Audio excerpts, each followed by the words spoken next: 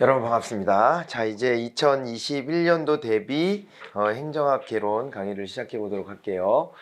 이제 행정학 개론이라고 하는 과목을 지금 이제 처음 접하신 분도 있고 또 계속 하신 분들도 있을 텐데 처음 접하신 분들은 그냥 막연하게 과목명만 지금 이제 듣고 이 자리에 앉아 계실 거라고 생각을 합니다. 행정학 개론이라는 과목은 좀 낯설을 수밖에 없을 거예요. 처음 하시는 분들 중심으로 말씀드리자면, 왜냐하면 이게 여러분들이 공통 필수하는 국어, 영어, 한국사 같은 경우에는 어때요? 그게 그 초등학교 때부터 혹은 어머니가 좀 이렇게 일찍 조기 교육에 신경을 쓰셨다면 어쩌면 입학 전부터 계속 접해왔던 내용들일 거예요, 아마도. 그죠? 그러니까 이제 공무원 시험 준비하면서도 국어, 영어, 한국사는 그래도 익숙해요. 보면은 어디선가 많이 본 얘기고, 그 다음에 어떤 내용들이 나올 것이다라는 것이 예측도 가능하고 그럴 텐데, 이제 문제는 뭐냐면 이 행정학개론 같은 대학 전공 과목을 만났을 때 이제 굉장히 낯선 거죠. 예. 그래서 이제 이 과목에 대해서는 여러분들이 조금은 마음을 좀 굳게 먹고 오셔야 된다. 어떤 마음이 중요하냐? 일단은요, 초창기에는 조금 이렇게 어렵게 느껴질 가능성이 굉장히 많고, 얘기를 들어도 이 뭔 말이지? 이럴 가능성이 좀 많아요. 그럴 가능성이 많은데, 그럴 때 조급해하지 않는 태도가 매우 중요해요. 이게 왜 다른 과목처럼 이렇게 수월하게 안 넘어갈까? 그런 생각을 하고 있으면, 그러면은 마음이 조급해지고 그러다 보면 자꾸 뭐 과목을 바꿔야 되나, 이제 희한한 생각들을 많이 해요. 근데 과목을 바꾸려고 해도 도망갈 데가 없어요. 다른 과목을 뭐 또 수월한 과목을 찾아서 갈 수 있으면 그 과목 하라고 저도 하고 싶습니다만은 그럴 수도 없는 거고.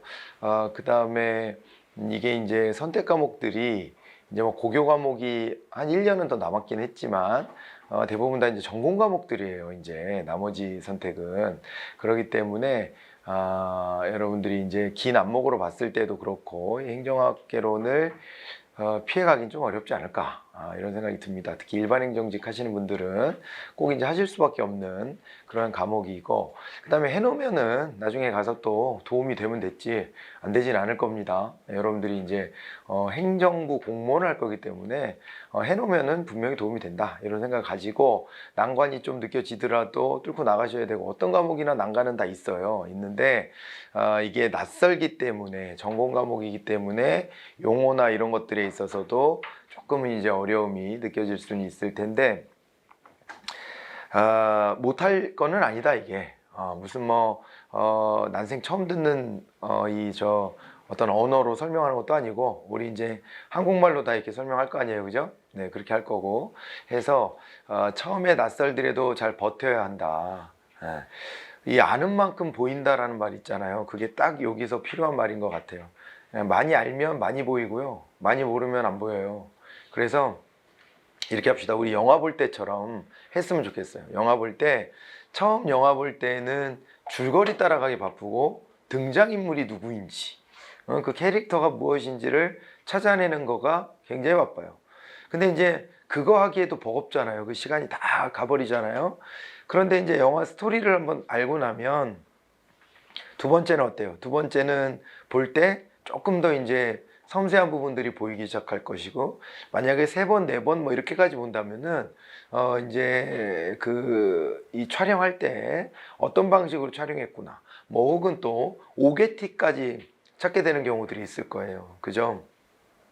오게티를요, 처음 영화를 보면서 찾게 되는 경우는 좀 드물고, 대체로 좀 여러 번 반복해서 공부하던 사람들이, 아니 공부를 한다, 영화를 보던 사람들이 오게티를 찾게 될 거예요. 그래서 공부도 똑같은 그 루틴으로 여러분들이 좀 쫓아가시면 좋겠는데, 처음에 일회독할 때에는 어떻게 하는 거예요? 일회독할 때는 이게 어쩔 수 없이 그 스토리 따라가기 바쁜 거예요.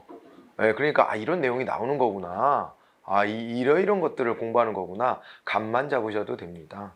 감만 잡으셔도 돼요.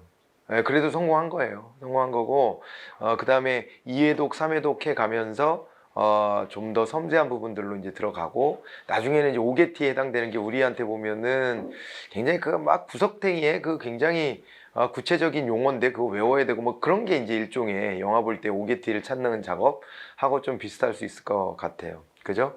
근데 그래도 이게 사회과학 영역에 기초 지식이 있는 분들은 행정학 공부하기가 조금은 좀 수월할 수 있고, 기초 지식이 아예 없는 상태에서 그냥 맨 땅에서 출발하시는 분들은 아까 말씀드렸던 것처럼 줄거리 쫓아가기도 버거운 이런 상태가 될 것인데, 그거를 이제 반복 공부하셔야 돼요. 이제 반복 공부하시면서 그러면서 점차 요거를 익숙하게 만들다 보면은 언제 그랬냐는 듯이 이게 또 그냥 내가 원래 이만큼 알았다 싶은 정도의 착각을 또 가져오게 될 거예요. 예. 그러니까 이게 낯선 사람 딱 처음 만났을 때는 서먹서먹 하잖아요. 그죠? 말 붙이기도 뭐하고 그렇지만 또 두 번, 세 번, 네 번 보다 보면은 그러면은 또 언제 그랬냐는 듯이 내 속마음도 털어놓고 막 이렇게 되는 것처럼 그렇게 좀 우리 좀 친근해졌으면 좋겠다. 그러니까 어려움이라고 하는 거는 반복하면서 해결될 것이고, 낯설음이라고 하는 것도 여러 번 또 이게 회독을 늘리다 보면 자연스럽게 해소가 될 테니 그런 마음가짐을 먼저 먹고 오셔야 돼요. 다른 과목을 접하는 것과 같은 느낌으로 오셔서는 안 된다. 이게 행정학이나 행정법 같은 전공 영역 공부하실 때는 그런 마음을 좀 이제 새롭게 좀 이렇게 리뉴얼하고 오셔야 된다라고 하는 거예요. 그래서 조급함을 좀 없애자. 그래서 1회독하면서 다 해결을 해야 되겠다 이렇게 생각하지 마시고 반복적으로 하시면서 언제쯤 딱 끌어올리면 되냐면 우리가 시험 보러 가기 직전에 그때 이제 딱 끌어올리면 됩니다. 그래서 아는 만큼 보인다라고 하는 걸 말씀드리고 싶고, 그 다음에 또 하나는 말이에요. 이건 나중에 문제풀이 할 때 이제 드릴 말씀인데, 문제 같은 거는 양보다는 질로 가셔야 돼요. 그래서 이제 기출 문제 있죠. 기출 문제를 이 제대로 섭렵하고 가면 그러면 합격선에 다 도달합니다. 그러니까 뭐 이게 우리도 모의고사도 하고 뭐 그러긴 할 테지만은 그런 정도 학원에서 다루는 정도 이상으로 어디에 뭐 저 많은 자료들을 찾아가지고 하려고 할 필요가 별로 없을 것이다. 예. 그렇게까지 공부할 여력이 되면 좋지만 또 그런 시간도 없어요, 사실은. 그런데 이제 마음이 이제 편하지가 않아서 자꾸 여기저기에 있는 거 귀동냥 해가지고 뭐 이런 자료가 좋다더라, 뭐래더라 하면은 막 쫓아다니면서 그런 거 막 수집하기 바쁜데, 그래봐야 이거 제대로 공부하기도 어렵고, 그 뭐랄까요, 이제 너무 양만 많아지고 이렇게 되는 경향이 있습니다. 그래서 대체로 좀 이제 우리가 단권화 한다는 얘기 좀 들으셨죠? 공부할 때 단권화를 해가지고 공부하시면 좋겠고, 다만 이제 우리가 이제 받아보고 있는 이 책은, 교재는 컴팩트 교재예요. 제가 이제 기존의 서적들이 너무 이렇게 모든 주제를 다 집어넣으려고, 그건 강사들이 보험 드는 거거든요. 그러니까 내 책에서 안 나온 거 없다. 그러니까 이게 원래 과목명만 있지 어느 내용은 나오고 어느 내용 안 나온다라는 기준이 없어요. 이 과목이 이 시험 볼 때. 그러다 보니까 일부러 틀리라고 한두 문제 내는 게 있거든요. 그 틀리라고 한두 문제 내는 것까지도 나의 교재에 다 있다, 이런 거 하려고 보험 드는 거예요. 그리고 이게 시간이 지나다 보면 옛날 90년대 때 나왔던, 90년대 여러분들 태어났나요? 90년대 이후에 태어나신 분도 있죠? 그러니까 이게 90년대에서 나온 것들서부터 싹 다 들어가 있는 거예요. 그런데다가 보통 책을 쓸 때 어떻게 쓰냐면 기출선지들을 옮겨다가 떼다 붙여놔요. 그거 가지고 이렇게 말을 만들어내는데, 그러다 보니 이제 두 가지 문제인데, 하나는 너무 광범위하다, 주제가. 그리고 또 하나는 뭐냐면은 이게 하나의 개념을 설명할 때 반복 설명이 좀 들어가요. 왜냐하면 그 관련 문제들의 선지를 여러 개를 갖다 붙여놨기 때문에 반복 설명이 들어가요. 여러분들이 아마 책들을 보다 보면 그런 느낌들이 많이 있을 거예요. 다른 시중의 책들을 보다 보면. 그러다 보니까 양이 너무 많아져요. 아니, 그런 책들이 나쁘다는 얘기가 아니라 그런 책들도 장점이 다 있죠. 뭐 공부하다가 특이한 걸 봤는데 이 안에 보면 백과사전처럼 다 들어가 있다, 뭐 이럴 수는 있잖아요. 그럴 수는 있는데, 이제 문제는 뭐냐면은 너무 양이 많고 방대하고 내가 뭘 공부해야 될지 모르겠다라고 하는 불안감이 굉장히 커진다는 거예요. 그래서 그런 장점보다는 다른 장점을 우리는 좀 찾아보자 해가지고 그 문장들을 하나로 털어넣어서 제가 유사하게 이렇게 연계시킬 수 있는 개념들은 한꺼번에 쭉 다 밀어 넣어놨고, 그 다음에 또 이제 그래서 반복 설명이나 이런 것들을 좀 없애려고 노력했고요. 그 다음에 아예 개조식으로 해가지고 이렇게 문장 같은 거를 뭐뭐 하였다 이렇게 서술하듯이 쭉 이야기식으로 쓰는 것보다는 딱딱 잘라가지고 표현하는 방식도 많이 활용을 했어요. 이제 그런 방식도 같이 들어가 있다는 것도 있고, 그 다음에 주제도 좀 콤팩트하게, 그러니까 지금 잘 안 나오는 주제 있잖아요. 그런 것들은 좀 제외를 했습니다. 그래가지고 그 정도로 해가지고 책 두께가 좀 많이 얇아졌죠. 다른 책들보다. 그렇게 됐는데 들어가야 될 내용, 꼭 들어가야 될 내용들이 없는 건 없어요. 그러니까 그걸 가지고 저랑 함께 이제 강의를 잘 들으셔야 됩니다. 그러니까 강의를 잘 들으면서 나가시면 될 것이고요. 그러면서 하나 더 이제 말씀드리고 싶은 것은 1년 차 지금 공부하신 분들은 내가 문 닫고 들어간다 이 느낌으로 공부하시면 돼요. 대학 갈 때 공부해 보신 분들이 있을 거예요. 대학을 뭐 안 가고 이 자리에 와 계신 분들도 있겠지만은 또 대학을 가는데 공부해 보신 분들도 있고 뭐 그럴 텐데, 이 수능 같은 거랑 좀 비교해 보면 수능은 좋은 점 나쁜 점이 우리 시험하고 비교해 봤을 때 있는데, 좋은 점은 등급이 낮아도 갈 데가 있다는 거. 어디든 이제 쑤셔 보면 들어갈 때가 생긴다는 거예요. 아무리 공부를 내가 좀 별로 많이 안 했더라도 거기에 맞춰서 들어갈 때가 있다는 게 장점이라고 한다면은, 단점은 뭐냐면은요, 대학 서열이 있잖아요. 그래서 어디에 들어가면 잘 들어갔다가 되고, 어디 들어가면 어디 대학 다니냐고 물어보면 대답하기도 싫어하고 막 이런 경우들도 있어요. 그죠? 그렇게 돼서 자기 열등감도 생기고 막 그럴 수도 있는데, 공무원은 이제 반대입니다. 그러니까 이제 점수를 받았다고 어디든 들어갈 수 있는 건 아니잖아요. 정원 내에 붙어야 되는 거예요. 그죠? 무조건 이제 정해져 있는 숫자 안에만 들어가야 되고 나머지는 다 그냥 낙방하는 거예요. 낙방하면 뭐 1점 차로 떨어졌다 이런 사람도 되게 많은데 소용없는 얘기입니다. 뭐 지나간 다음에 1점 차로 떨어졌건 100점 차로 떨어졌건 그거는 결과가 똑같아져 버리는 거예요. 그렇게 된다는 점은 이게 우리가 좀 긴장해야 될 지점이고요. 그 다음에 또 이제 괜찮은 거는, 이게 뭐 좋은 점수로 붙건 나쁜 점수로 붙건 그냥 붙는 거 안에만 들어가면 그러면 차이가 뭐 거의 없다. 차이가 거의 없다. 물론 뭐 국가직 일반행정 들어간 다음에 어느 부처로 발령받을까 이런 부분들은 조금 이제 생길 수도 있기는 한데, 이제 그런 건 나중 문제고, 일단은 붙기만 하면 그건 다 똑같은 공무원이지 무슨 뭐 그 안에서 더 우수한 공무원이고 더 낮은 공무원이고 이런 개념은 없어요. 하는 일이 다르다 뿐이지. 맞습니까? 그렇기 때문에 여러분들이 문 닫고 들어가기만 하는 것도 굉장히 효율적인 공부를 하는 것이다. 1년 차는 근데요, 문 닫고 들어가는 공부를 하는 것이지 이것을 완벽하게 내가 안정권으로 이렇게 합격하기는 좀 쉽지는 않아요. 쉽지는 않다. 1년 차 공부할 때는. 그렇기 때문에 그때는 공부 전략이 어때야 되냐면, 전 과목을 90점을 목표로 하세요. 90점을. 90점 목표로 합니다. 90점 목표로 하면 두 문제 버려도 된다가 되죠. 이게요, 굉장히 중요한 차이가 있는 게, 두 문제 버려도 되면 그러면은 내가 정말 이해 못하겠는 영역 버리고 가세요. 그때 마음을 어떻게 먹는 거냐? 안 나올 거야. 이번 시험에 안 나오겠지. 이렇게 마음 먹을 수도 있고, 그 다음에 또 한 가지는 이제 90점을 목표로 했기 때문에 뭐 한두 개는 틀릴 여유가 있어. 이렇게 생각할 수 있다는 거죠. 그렇게 하면은 버려두고 갈 수 있는 주제들이 많아져요. 많아져요. 꽤 많아져요. 그래서 이제 그렇게 90점을 목표로 공부하면은 나머지 부분에 최선을 다하면 돼요. 우리 기출문제 풀다 보면 꼭 빈출되는 주제들이 있거든요. 빈출되는 주제들이 있는데 그 빈출되는 주제들을 다 알고 가면 되겠구나. 그러니까 이게 소수, 틀리라고 내는 문제가 있습니다. 꼭 변별력을 줘야 되니까 우리 시험의 특징은 틀리라고 내는 문제들이 꼭 있어요. 근데 그런 문제들에서 내가 틀려주더라도 합격할 수 있겠구나. 이렇게 생각하실 수 있다는 거예요. 그러면 공부량을 상당히 줄이면서도 나머지 부분들을 철저히 해서 요거 합격선으로 나를 올려놓을 수 있다 이거예요. 근데 이 전략을 꼭 쓰셔야 되는데, 이 전략에서 하지 말아야 될 게 뭐냐면은 특정 과목을 버리고 가는 일이에요.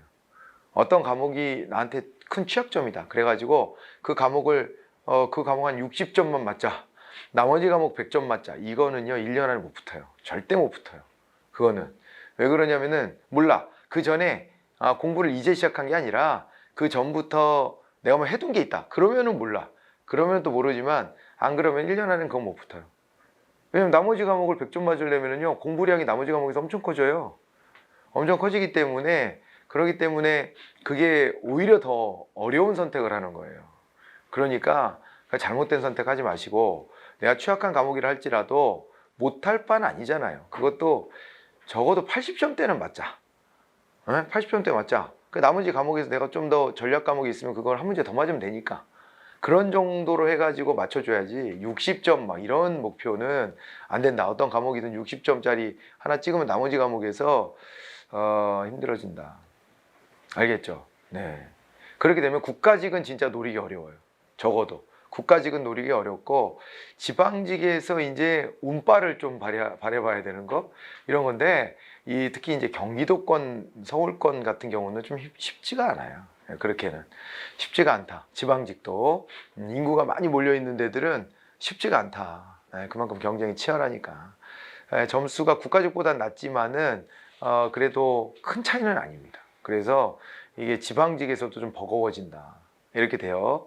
근데 이제 이 강의를 들으시는 타 지역은 조금 이제 한 80점대 전략, 평균 80점대 80점 정도 넘는 전략만 세워도 합격할 수 있는 지방직들은 좀 있어요. 지역에 따라서는 그렇게 될 수가 있지만은 대부분의 경우는 보편적으로 우리가 국가직까지 좀 노리면서 공부는 해야 되니까 90점 목표로 전 과목을 가져가자. 그러니까 내가 좀 취약한 과목은 80점 정도, 80점 정도로 노리고 나머지 과목을 좀 채워놓으면 그러면 해볼 만하다. 알겠죠? 문 닫고 들어가는 건 해볼 만하다. 그런데 이건 안전빵은 아닌 거예요. 안전빵은 아니다. 그렇게 되는데요.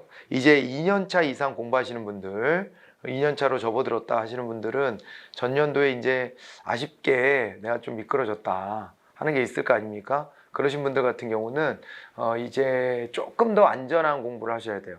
이제는 주제도 좀 넓히고 그래가지고 이제 뭐 95점, 100점 정도를 맞겠다라는 심정으로 이제 공부를 해나가야 돼요.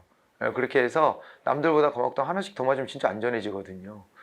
그런 공부를 해야 되는데 그러면 1년차 때 공부했던 것보다는 이 다뤄야 되는 주제가 그만큼 늘어나는 거예요. 늘어나는 거. 그렇게 생각하고 준비를 하시면 됩니다. 그래서 각자의 위치를 객관적으로 좀 평가할 필요가 있어요. 여러분들의 위치를. 우리도 이제 홍보하지만 우리 학원의 첫 번째 합격생이 학원 만들자마자 첫 번째 합격생이 5개월 만에 나왔는데 5개월 만에 5개월 공부하고 이제 붙은 합격생이 제일 먼저 붙은 학생인데 그 학생 같은 경우는 우리가 이제 홍보는 열심히 하지만은 우리 학원에 와서 이렇게 단기 합격했다. 홍보하지만 까놓고 얘기하면 그 개인기로 개인기로 됐다. 학원에서 어떻게 5개월 만에 붙여줍니까? 그거야 기본이 안 돼 있는데 5개월 만에 붙일 수가 없는 거예요. 그거는 물리적인 양을 소화할 수 있는 시간이 안 돼요. 그래서 그거는 불가능한 거고 그렇게 붙는 학생들은 어떤 학생들이냐? 그 학생 같은 경우는 영어가 일단 돼 있었고요. 영어가 뭐 토익 같은 경우에 900점대 이상 나왔던 걸로 내가 알고 있고 그 다음에 또 이제 전공이 이제 그 사회교육과를 나와가지고 한국사하고 사회 과목이 됐어요. 뭐 그런 상태에서 출발했기 때문에 그렇기 때문에 그 단기 합격을 하는 겁니다. 그런 경우에 시험 얼마 남기지 않고 와도 합격이 가능했던 거지. 이게 그죠? 네. 아예 처음부터 시작하는데 그 기간에 붙을 수가 없어요. 그러니까 여러분들이 이제 그런 케이스를 롤모델로 준거 대상으로 삼아서 잘못된 길을 걸어가시면 안 돼요. 나도 그 기간에 붙어야 되겠다. 그렇게 하다 보면 거의 고등학교 때 내신 대비할 때 우리 당일치기 할 때 수법 같은 거로 공부를 하려고 그래요. 근데 그래가지고는 그 본질을 알 수가 없기 때문에 이거는 합격권에서 점점 멀어지는 공부를 해요. 그렇게 해서는 안 돼요. 차근차근 밟아 나가야 됩니다. 차근차근. 이해할 수 있겠죠? 자, 그래서 이런 얘기들을 개요 잡아드리면서 우리 한번 행정학이라고 하는 걸로 좀 특화해가지고 행정학에 대한 공부법을 잠깐 좀 이제 정리를 좀 해드리고 시작을 한번 해볼게요. 행정학 공부법 같은 경우에 일단은 모든 과목이 다 적용될 수는 있는데 제가 뭐 건방지게 다른 과목에 대해서 이래라 저래라 할 거는 없고 우리 과목에 이제 국한해서 봤을 때 이게 이제 행정학이라고 하는 것 자체가 뭐라고 그랬냐면 낯설다, 낯설음이 이제 처음에 느낌일 것이고 그 다음에 어렵다, 낯설어서 어려운 거예요. 낯서니까 어려운 거거든요. 그리고 전공 영역이니까 기본빵 베이스가 깔려있다는 전제 위에다가 요 학문을 세워놓은 거예요. 그러다 보니 좀 어렵다 뭐 이런 부분들은 분명히 있을 수 있다. 그거는 제가 이제 인정하고 갑니다. 그러지만은 제가 이제 말씀드리는 방법으로 공부하면 된다. 첫 번째는 내용에 대한 있잖아요. 내용에 대한 이해를 해야 된다. 무조건 이해예요. 이해를 해야 된다. 이해한 다음에는 뭘 해야 되냐면요. 이해하고 두 번째로는 이제 이것을 내가 정리를 해봐야 되고 세 번째는 뭘 해야 되냐면은 세 번째는요. 요거를 갖다가 암기를 해야 되겠죠. 암기를 해야 되고 그 다음에 네 번째는 적용해야 돼요. 적용하는데 이 모든 과정에서 꼭 필요한 게 뭐냐면은 이제 무한 반복이에요. 무한 반복을 해야 된다라고 하는 것이거든요. 무한 반복. 이렇게 이제 들어가 줘야 되는데 여러분들이 이제 이해를 한다라고 하면은 요게 맨 처음부터 한 방에 이게 다 안 오기 때문에 여기서도 이제 무한 반복 얘기를 했잖아요. 회독을 증강하는 거예요. 여기 이해할 때는 회독의 증강이 매우 중요한데 회독 증강. 이 회독 증강에서는 제가 드리고 싶은 말씀이 아까도 말씀드렸던 아는 만큼 보인다요. 아는 만큼 보인다.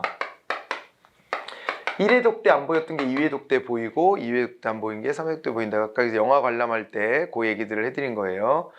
그래서 처음에는 이제 멀리 보는 시야를 가지고 공부하셨으면 좋겠어요. 큰 틀을 보는 거. 어떤 내용들이 나오냐 이런 것들 가지고 봐야 되는데 행정학 과목에 이제 국한해서 좀 우리가 보자고 했잖아요.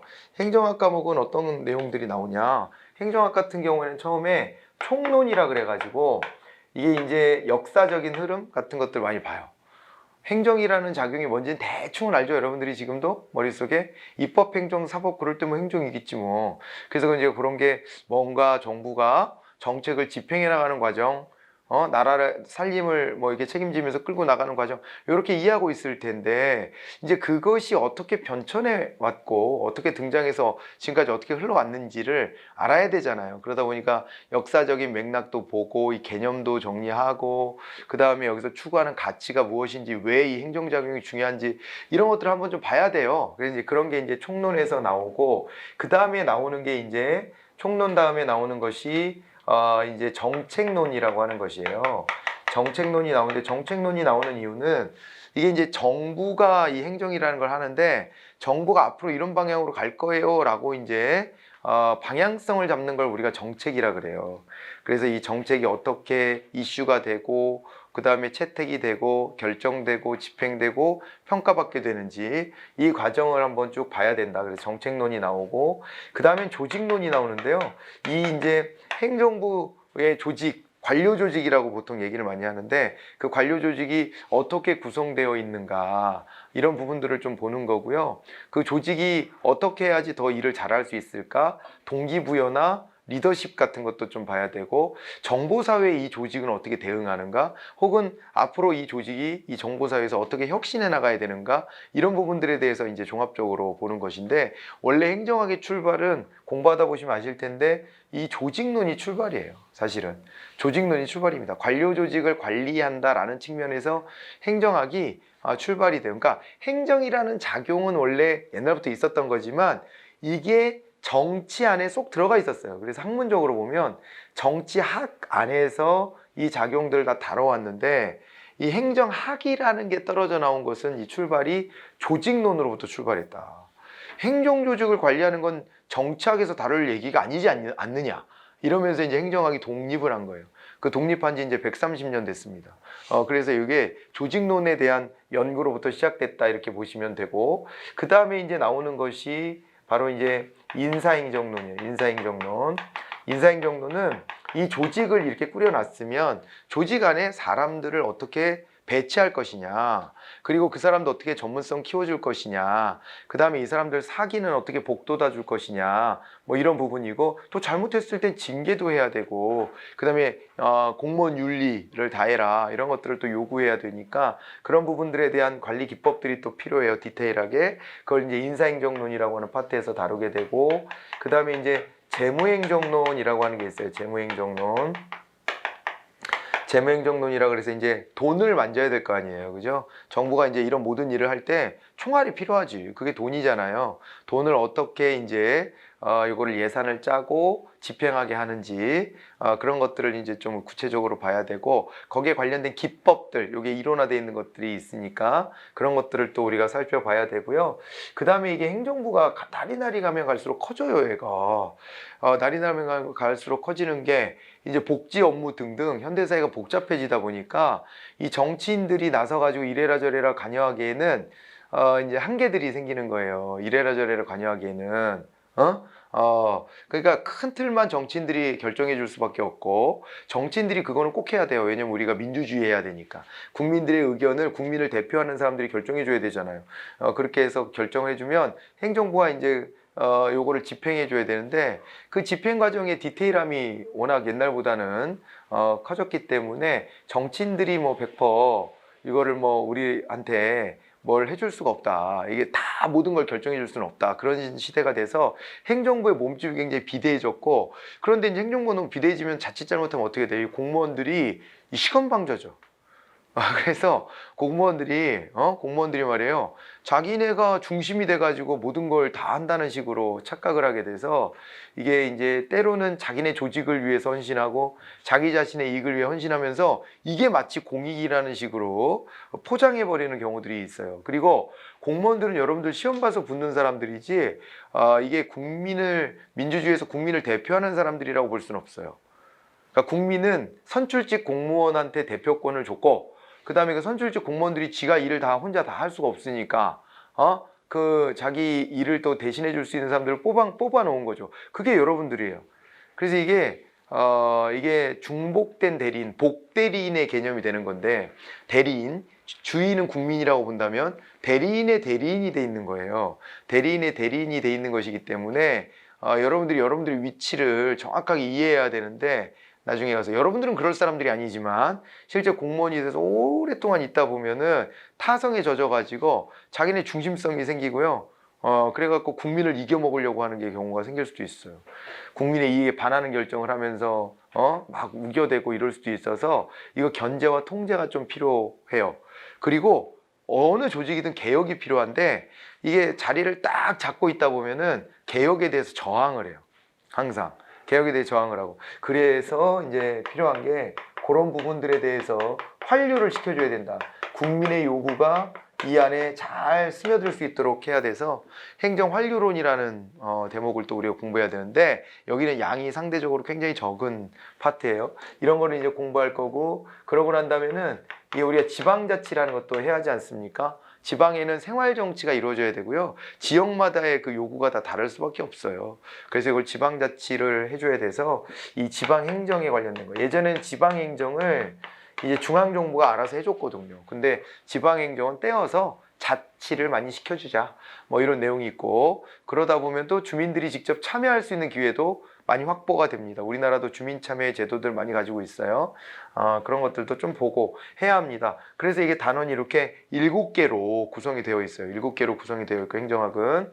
그래서 이 흐름을 아는 만큼 보인다라고 했을 때 어떻게 해야 되냐면 이 흐름과 관련해서 먼저 뭘 해줘야 돼요? 예, 아는 만큼 보이는데 줄거리를 보자 그랬잖아요. 줄거리를 파악하고 등장인물을 파악한다. 등장하는 여기는 주제라고 합시다. 주제가 이런 게 다뤄지는구나. 이거를 이제 먼저 선 파악하고 그 다음에 점차 여기에서부터 그 이후에는 이제 점차 이제 디테일로 들어가는 거예요. 세부적인 내용들로 들어가는 것이다. 그래서 여기서는 테라코타 공부법 요거를 꼭 생각하세요. 마음을 딱 다잡고 테라코타 만들듯이 내가 일단은 뭐 사람 모양의 테라코타를 하겠다. 그럼 철사를 구부려 가지고 사람 모양 뼈대를 이렇게 탁 잡아놓고 그래 놓고 거기다가 찰흙을 덕지덕지 막 붙이고 거칠게 붙여놓고 그 다음에 그거를 세밀하게 뗄 때 떼고 그 다음에 찰흙을 더 덧붙일 땐 덧붙이고 보강을 한 다음에 어떻게 해요? 보강을 한 다음에 찰흙칼 같은 걸로 이제 세밀한 부분들 요거를 새겨 넣고 장식하고 이렇게 한 다음에 결국에는 어떻게 해요? 구워내야 되잖아요. 맞아요? 예. 그러니까 제가 볼 때는 이런 겁니다. 이거를 줄거리를 잡고 찰흙을 덕지덕지 붙이고 뗄 거 떼고 붙일 거 붙이고 그게 여기 이해 과정에서 있어야 되고요. 섬세한 찰흙칼로 이렇게 장식을 하는 과정이 이게 이제 정리하는 거예요. 정리하는 거고 정리를 해서 이제 내가 그 디테일을 내 손수 이제 다 새겨 넣는 거예요. 새겨 넣고 그 다음에 이제 암기 부분은 이게 내 작품이란 말인가? 그러고 이제 감상하면서 그걸 내 머릿속에다 다 입력을 해 놓는 거예요. 이게 내가 이렇게 만들었구나 라고 하는 걸 입력하고 그 다음에 여기 적용하는 과정이 이제 문풀 과정일 텐데 저 과정이 이제 구워내는 과정. 초벌도 하고 재벌도 하고 그래가지고 단단하게 더 이상은 이게 깨지지 않도록 쉽게 깨지지 않도록 이렇게 딱 만들어 놓는 거 그 과정으로 생각을 하시면서 여기서부터 이렇게 쫙 다져나가야 돼요. 그래서 비중으로 보면 여기가 거의 뭐 제가 볼 때는 60% 이상이다. 이게 이 과정이 60% 이상이 되어야 된다라고 하는 거예요. 그러니까 섣부르게 이거 하다 말고 이거 하고 해가지고는 답이 안 나와요. 답이 안 나오니까 이 과정을 인내하면서 요 내용들을 잘 채워놓고요. 됐죠? 그래서 아는 만큼 보인다는 이 얘기를 잊지 말고 회독을 늘리자. 요것이고 요게 회독이 좀 늘었다라고 한다면 정리하자라고 하는 부분이 있잖아요. 정리하자라고 하는 것에서는 여기서는 같이 나올 수 있는 말이 단권화 같은 거예요. 단권화인데 나만의 단권화를 할 때 나만의 이제 서머리 노트가 좀 중요한데요. 일단은 필기 노트 같은 거. 그래서 필기 노트에서 한 발 더 나간다면은 이제 나만의 서머리 노트를 만드는 거죠. 서머리. 근데 하지만은 여기서 이거 나 잘 못하는 사람이다 라고 하면 요 정도 필기는 할 거 아니에요. 여러분들이 제가 판서해 드리면 그 필기를 해놓은 것을 바탕으로 하되 이제 교재 빽빽이를 쓰는 것도 하나의 대안은 될 수 있다. 교재 빽빽이도 대안이 된다. 이렇게 하는 건데요. 무조건 어떻게 됐든 요런 정도 선에서 단권화를 해서 정리를 해두는 거예요. 그리고 다른 거 기웃거리지 마세요. 기웃거리지 말고 요 안에서 요거를 반복적으로 자꾸 넘겨가면서 복습하고 이 안에서 모르는 게 없다 할 때 다른 교재 추천해 주세요로 저한테 오세요. 이 안에서 모르는 게 없어야 그 다음 단계 넘어가는 거예요. 이 안에서 모르는 게 없으면 근데 할 필요 없어요. 문제 다 풀리니까. 그러니까 거의 다 풀리니까. 일부 제가 이제 컴팩트 교재를 만들었으니까 일부 희귀 주제 같은 거는 안 나와 있을 수도 있긴 해요. 근데 이제 그런 건 나중에 문제 풀면서 거기다 채워놓으면 돼. 그러면 되기 때문에 이거 안에서 승부하면 됩니다. 그래서 요 정도 선에서 여러분들이 이제 단권하고 정리를 꼭 해야 된다. 이 서머리 노트 하라 그러면은 꼭 있잖아요. 내 손으로 쓴 거 이런 거 안 하고, 남들이 만들어 놓은 뭐 서머리 노트 같은 거 있잖아요. 그런 거를 가져다가 보는 경우들이 있어요. 뭐 행정학은 별로 이제 없는데, 한국사 이런 거 보면은 뭐, 그죠? 네. 그거 많이 사서 보잖아요. 남들이 필기해 놓은 거. 전 잘 모르겠어요. 남들이 필기한 거를 하는 거가 그게 옛날 당일치기 하던 습성이 있어서 그래. 공부를 내가 정확하게 안 하고요. 자꾸 누가 축약해 놓은 것만 빨리 머릿속에 외우고 시험 보겠다 뭐 이런 식의 태도인데요. 절대 그게 성공하기 어렵다. 저도 당일치기 아주 매니아입니다. 대학 다닐 때도 시험이 내일이면 어떻게 하냐. 시험 주간이면 이제 돈이 좀 많이 지출되죠. 왜냐면은 공부 열심히 하는 친구한테 많이 로비를 해야 돼. 로비를 해가지고 그 친구가 예상 문제와 그 다음에 거기에 대해서 예상 답안을 한번 써보는 거예요. 얘가 공부해가지고 그거를 획득하는 거죠. 그거를 획득해서 복사해서 그 열심히 이제 읽어보고 그럼 시험에 들어갑니다. 그렇게 해서 당일치기를 하는 거예요. 그러면 이 전공서적을 내가 제대로 공부했다기보다는 어떻게 하는 거예요? 그걸 갖다가 족보를 구해가지고 내가 그걸 읽고 시험 보는 거잖아요. 읽고 시험 보는 건데 그렇게 하면은 그 친구가 줄 때 자기는 노력해서 했는데 나쁜 놈들 이거를 그냥 얻으려고 하다니 이런 생각 할 수 있잖아요. 그런데 저 때만 하더라도 그런 거에 대해서 좀 이렇게 좀 아량이 좀 있었어요. 아량이 있었던 게 성적을 지금처럼 절대평가 뭐라 그래야 되나? 상대평가를 안 하고 절대평가를 그때 했기 때문에 그냥 뭐 A를 많이 주고 뭐 이런 과목도 많았어요. 그냥 대부분 A 뭐 이렇게 하는 것도 많고 그러니까 됐다 그러고서 뭐 이렇게 보여주고 또 그다음에 우리가 얍삽하게 우리가 원래는 어떻게 보면 무임승차하는 거면서 그 상대방 친구가 공부 열심히 한 친구가 이런 걸 자꾸 안 주려고 그러면 우리가 몰아가죠. 저런 저 이기적인 놈 이렇게 이기적인 놈 지만 잘 살겠다고 저런다 이렇게 해가지고 몰아가니 친한 애들한테는 이걸 좀 그죠? 네, 보여줄 수밖에 없고 이런 분위기들이 좀 있었는데 그런데 그런 거에서 아량 열심히 베풀어도 됩니다. 공부 열심히 한 애가. 왜냐하면 그러고 시험 보잖아요. 절대로 자기가 자기 머리로 이해해서 공부한 애 거를 족보 베껴서 써놓고 나온 애가 이길 수가 없어요. 절대 이길 수가 없어요. 걔는 자기가 쓴 족보를 그걸 그대로 그냥 똑같이 쓰고 나오겠습니까? 걔는 더 아는 게 있으니까 거기에서 그리고 문제가 100% 똑같이 또 잘 안 나오잖아요. 그러니까 그거에서 채워낼 그 공간이 있고 그 족보만 외우고 간 애는 그 응용이 안 돼요. 응용이 안 되기 때문에 지가 외운 대로만 써놓고 나와. 그러니 성적이 더 좋을 리는 없어요. 그래서 그건 반드시 그런 거다. 그래서 이게 남들이 단거나 서브노트한 거는 그 사람이 할 때 이렇게 내용 쓰고 얘와 얘가 이렇게 요 내용이 이렇게 쭉 있으면 얘와 얘가 이렇게 연계된 것이다. 이게 중요한 거예요. 이게 얘가 얘랑 연계됐다는 걸 이해하고 이걸 선으로 연결해 놓은 거 있죠. 이게 중요한 거예요.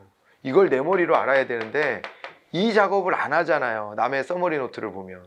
그럼 어떻게 해요? 내용만 막 외워서 들어가기 바쁜 거예요. 그렇게 해서는 고득점 못 맞아요.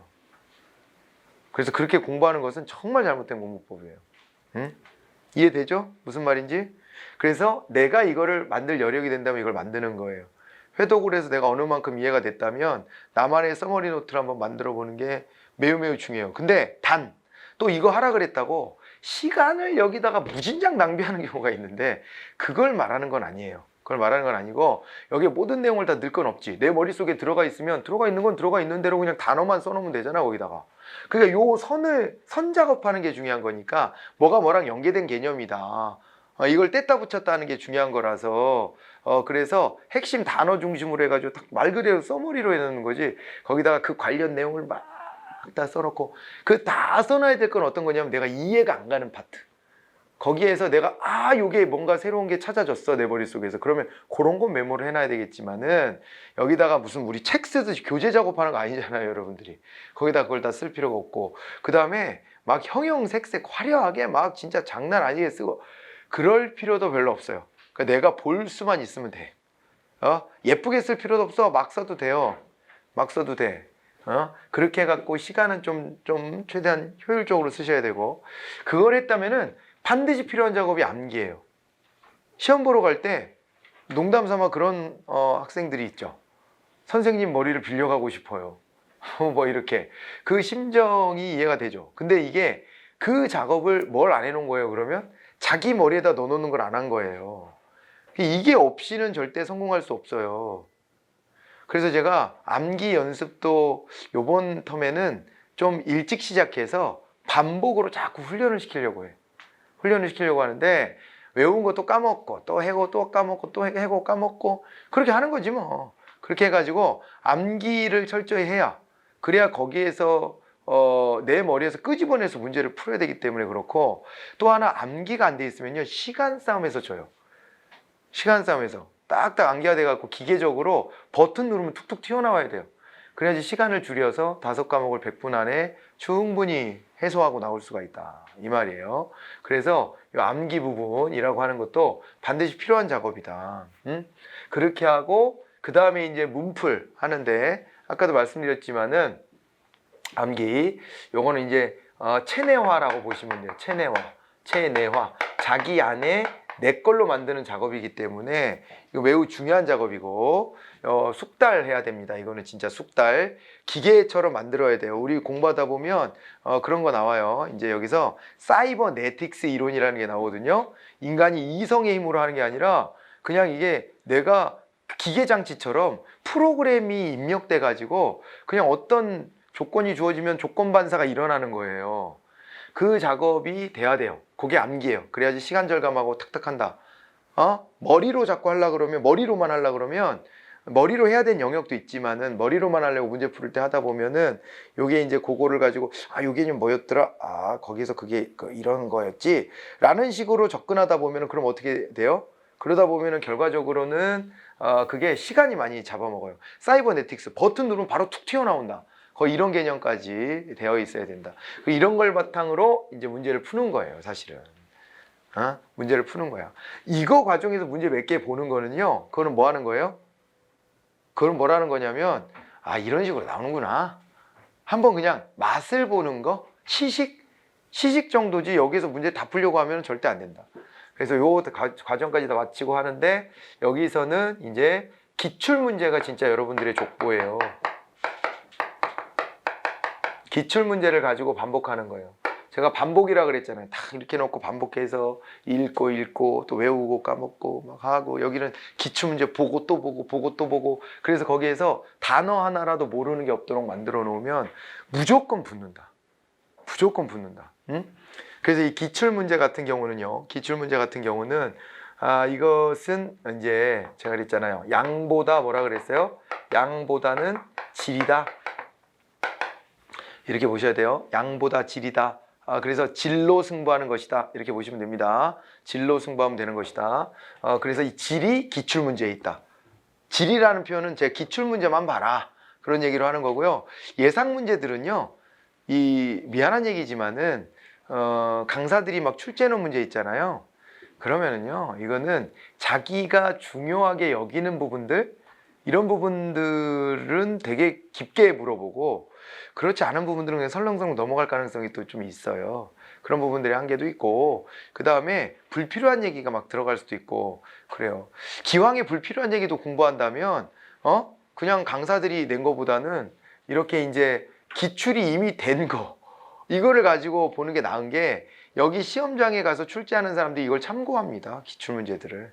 그렇기 때문에 그걸 바탕으로 해가지고 여러분들 공부했으면 좋겠다. 기출문제에서 모르는 게 없이, 여기는 이제 기출교재의 문제집을 어떻게 해야 된다? 기출문제집을 빽빽이 해야 된다. 빽빽이. 기출문제집 빽빽이 해야 된다. 알겠죠? 요 안에 적어 놓는 거예요. 내가 다 머릿속에 들어가 있는 건 적을 필요는 없어요. 여기도. 그죠? 내가 새롭게 이제 파악하게 된 거, 그 내용들은 다 빽빽이 해놓고 반복하면서 표시를 하는 거예요. 이건 이제 확실히 알았어. 5. 그 다음에 아직 좀 애매해. 세모. 그 다음에 이건 아직 모르겠어. X. 이렇게 놨다가 계속 보는 거예요. 보다가 전부 다 5가 되면 다 된 거야. 그럼 그 다음에 예상 문제 들어가면 돼요. 다른 문제도 이제 풀어보는 거지. 그때는 이제 출제자가 이거는 좀 엉성하긴 했네. 뭐 혹은 이제 판단이 되는 거예요. 이거는 별로 기출에서 못 봤던 문제인데 이런 게 나왔네. 이건 뭐 특이한 걸 냈구만. 이렇게 이제 파악하면서 가는 거예요. 그래서 이런 문제는 틀려도 내가 뭐 크게 실전에서는 상관없겠다. 이게 판단이 서는 거라고. 됐어요? 이 과정으로 꼭 이 4단계를 하시고 무한 반복하시고, 그리고 여기에서 특히나 또 하나 꼭 이제 해야 될 게 뭐라 그랬냐면, 여러분들이 뭐가 필요하다 그랬어요? 위치 확인, 포지션을 확인해야 돼요. 이거를 전체를 이제 다룰 때 여러분들이 이제 포지션을 객관적으로 확인해야 된다 이거예요. 그죠? 알겠죠? 포지션을 객관적으로 확인해야 되는데, 나의 위치가 어디쯤인가? 과목별로 다 달라요. 내가 좀 남들보다 좀 잘하는 데도 있고 못하는 데도 있고 그럴 테니까, 내가 잘하는 과목은 포지션이 조금 전진 배치돼도 되고, 내가 좀 안 되는 거는 저 밑에서부터 출발한다고 생각하시면 되고, 그걸 갖다가 부끄러워할 일이 아니에요. 부끄러워할 일이 아닙니다. 거기서부터 출발한다 하시면 되고, 그래서 제가 그 얘기했죠. 단기 합격생이 나의 준거 롤모델로 딱 되는 것은 좀 그래. 예. 그게 꼭 나의 준거 모델이 될 필요는 없어요. 예, 그렇게 할 필요는 없고, 일단은 나 자신하고 싸우는 거예요. 나 자신하고 싸우는 것이다. 이렇게 하시고 공부를 하셔야 된다. 그래서 거기서 차근차근 밟아 나가고, 그랬을 때 전체적으로 평균 90점을 만들기 위해서, 모든 과목 90점이 목표가 돼야 되지만 조금 딸리는 과목은 80점, 조금 되는 과목은 조금 더, 하나 더, 이렇게 하시고 공부하셔라. 그리고 재시생은 이제 어떻게 해야 된다? 무조건 이제 목표가 95, 100 이렇게 가가지고 안전빵으로 합격할 수 있도록 한다. 이렇게 됐어요? 네. 요게 이제 제가 오리엔테이션 때 드리고 싶은 말씀이에요. 네. 그렇게 하시면 되겠습니다. 행정학 공부법과 그 다음에 행정학의 흐름이 어떻게 되는지까지 이 시간에 이제 설명을 드렸고요. 이제 본격적으로 공부해도 되겠죠? 네, 본격적으로 공부 한번 해 들어가 보도록 하겠습니다. 여러분들의 이해를 돕기 위해서 저는 사례 같은 것들 풍부히 말씀드릴 텐데, 뭐 작년에 이제 뭐 또 강의 평가 이렇게 받아봤더니 제 강의에서 불만이 나온 거는 시간을 좀 길게 하지 말아줘라. 뭐 이해합니다, 다. 앉아서 이 수업 듣는 게 매우 어려운데 제가 주제가 안 끝나면은 이게 못 마치겠어. 그래가지고 강의를 어쩔 때 막 80분 이렇게 하니까 토 나오잖아요. 그러니까 이제 그 시간을 좀 잘 끊어주라 그래서 이해를 제가 다 하는 부분이기도 하기 때문에, 저도 그 학생으로 오래 살았지 않았습니까? 앉아 있는 게 훨씬 더 힘든데 그거를 갖다가 막 신나가지고 강의하면 여러분들이 고통스러워지긴 합니다. 근데 제가 100% 지킨다는 약속은 못 하겠고 100%까지는 아니지만 100%에 가까울 수 있도록 노력을 할 거예요. 그래서 50분 되면 딱 끝나고 10분 쉬었다가 딱 시작할 수 있도록 해야 되지만 지금도 안 되고 있죠. 자, 그래서 이게 약간의 이제 융통성은 좀 가지고 하자. 네, 저도 이제 그 부분은 그 쓸데기 없는 거에서 여러분들 집중력이 떨어지면 안 되니까 제가 약간 애매하더라도 끊고 가는 걸로 한번 제 마음을 좀 고쳐 먹어보도록 하겠습니다. 제가 그런 거에 좀 예민한 편이어가지고, 제가 어릴 때 엄마가 호빵을 사줬는데 애가 집에 안 들어오더래요. 호빵을 사줬는데 애가 좋아해야 되는데 왜 집에 안 들어오지? 그걸 봤더니 집 앞에 쭈그리고 앉아갖고 호빵을 쳐다보고 있더래. 그래서 왜 쳐다보고 있나 그랬더니, 호빵이 이게 이렇게 부드럽게 이렇게 돼 있잖아요. 근데 한 부분이 이렇게 좀 떨어졌나 봐, 이렇게. 그 속살이 약간 보이는 거죠. 그걸 보고 속상해가지고 그걸 쳐다보고 있더래요. 그래서 제가 그런 게 남아갖고 어디 책 구겨지는 거 이런 거 되게 싫어합니다. 되게 싫어해. 그래서 제가 어디 버스 타려고 뛰어가다가 저 버스 놓치면 안 되는데 뛰어가다가 엎어졌는데, 한번 엎어진 적이 있는데 예전 같지 않더라고요, 제 몸이. 이제 나이 들어가지고. 엎어졌는데, 엎어질 때도 손에 책을 들고 있었는데 책 안 구겨 먹으려고 하다가 제 손목이, 이 손등이 나갔어. 손등이. 그래가지고 이게 이제 그런 어떤 약간의 그 집착하는 부분이 좀 있어가지고, 주제를 하다 주제가 안 끝나면 수업을 못 마치겠어. 약간 이제 그런 게 있는데, 아무튼 그것 때문에 집중력이 흐트러지면 안 되니까 우리 이제 중요한 게 뭔지 제가 알고 있으니까 그것 좀 할 텐데 여러분들도 지켜줘야 될 거는 아침에 딱 지켜서 오시고 중간에 이제 뭐 이렇게 들락날락 나가고, 우리 학원엔 그런 경우가 별로 없어요. 없기는 없는데 그거 잘 지켜주시고, 뭐 핸드폰 같은 거 하는 분들도 거의 없고 뭐 좋아요. 우리 학원 분위기는 좋은데 뭐 혹여라도 그렇게 해도 되는 것처럼 하시면 안 돼요. 그러면 그것도 우리가 이제 공부할 건데 남들한테 끼치는 부정적 외부 효과가 돼요. 그게 뭔 말인지 공부하다 보면 아시게 될 거예요. 분위기는 우리가 다 같이 잡아나가는 거예요. 그렇게 다 잡아나갔으면 좋겠고, 그 다음에 불신지옥까지만 말씀드릴게요. 이 불신지옥이에요. 우리가 공부할 때 서로 믿음을 가지고 공부해야 됩니다.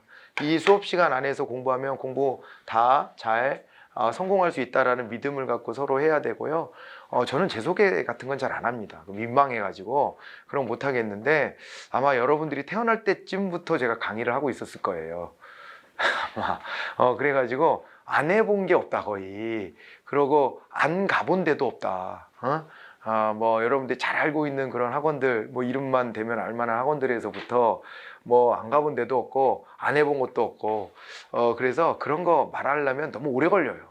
내가 뭐 이런 거 한 사람이다 이런 거 얘기하면 너무 오래 걸리고, 그런 거 말하는 거 민망하기도 하고, 그런 얘기는 별로 뭐 하고 싶지도 않아요. 그래서 어떤 강사들 보면 그 얘기만 하대. 내가 이런 사람이다 이런 것만 계속 얘기하던데 어쩌라고 그러는 거야. 근데 어쩌라고, 그게 딱 이거예요. 믿음을 가져라 이 얘기 해주려고 그러는 건데, 알아서 우리 믿음이 좀 형성되고, 레포라 그러죠. 여러분들하고 저하고 그 신뢰관계가 형성이 되는 게 매우 중요합니다. 저도 여러분들 다 합격할 거다라고 믿고 할 거고, 여러분들은 여러분들 자신에 대한 믿음, 선택한 학원에 대한 믿음, 그 다음에 또 이렇게 저 강사에 대한 믿음, 이런 것들을 가지고 공부하시면 돼요. 그것만 가지고 하면 우리 학원에 계신 선생님들이 아마추어는 한 명도 없습니다. 정말. 예, 다 그렇게 잘 포진되어 있는 분들이니까, 제가 강사라서 강사를 알지 않습니까? 그러니까 그 불신 지옥이다 이 마음가짐으로 열심히 좀 공부하시면 좋겠다, 그런 말씀까지 좀 드리고, 네, 그러고 마무리하겠습니다. 그리고 아까 제가 사례 얘기하다 그랬죠. 참, 한 분이 딱 그거 쓰는 분이 있어요. 사례가 반복된대. 그런 얘기 들으니까 약간 서운하기도 하더라고요. 이게 웬만하면 사례로 많이 내가 승화시켜 살려고 노력하는 편인데 사례가 똑같다. 그랬는데 가만 생각해보니까 그게 단점은 아닌 것 같아. 한편으로 좀 사례가 지겨울 수 있을지 모르지만 하나의 사례를 가지고 그 이론을 정확하게 대입할 수 있으면 그러면은 그 이론은 완전 끝난 거예요. 네, 그렇게 되기 때문에 뭐 반복되는 사례들이 있긴 있어요. 네. 그게 제일 맞는 사례여서 제가 그거는 반복하는 거거든요. 그런 거니까 그런 거는 또 뭐 그런 대로 이유가 있겠거니 하고 하시고, 궁금하면 저한테 와서 질문을 하세요. 이거에 대해서는 제가 그 사례로 이해가 잘 안 되는데 다른 사례 뭐 없겠습니까? 이렇게 질문을 하세요. 알겠죠? 질문을 하시면 쉬는 시간에 뭐 저 쉬어야 되지만 여러분들이 찾아와서 귀찮게 하면 제가 짜증은 부릴 수 있을지 모르지만요. 성격이 안 좋아서 짜증 부리든지 말든지 여러분들이 신경 쓸 바는 아니잖아요. 여러분들은 저를 최대한 알고 먹으면 되는 거예요. 알겠죠? 눈치 보지 말고. 저는 제 갈 길 가고 여러분들은 여러분들 갈 길 가면 되지 뭐. 나 잠깐 쉬어야 되는데 왜 왔어? 이런 표정을 하더라도 그러든지 말든지 나는 내가 필요한 거 나는 고객으로서 활용하겠다 이렇게 생각하시면 됩니다. 제가 짜증 사실 부리진 않겠지만은 그런 거 눈치 보지 말라는 얘기예요. 눈치 보지 말고 사례 같은 거 궁금하면 와서 물어보세요. 이 사례로는 제가 좀 불충분한 것 같습니다. 그렇게 해서 서로 이제 요거 채워나가면서 퍼즐을 맞춰 나가자고요. 자, 이렇게 해서 오리엔테이션 1시간 했고요. 다음 시간부터 본격적으로 그러면 행정이 뭐고 행정학은 뭔지 이런 부분들부터 이제 시작해 볼 거예요. 지금은 설렁설렁 제가 말도 그냥 했지만 이제 조금 더 힘있게 우리 같이 한번 시작해 보도록 할까요? 쉬었다 뵙겠습니다. 고생하셨어요.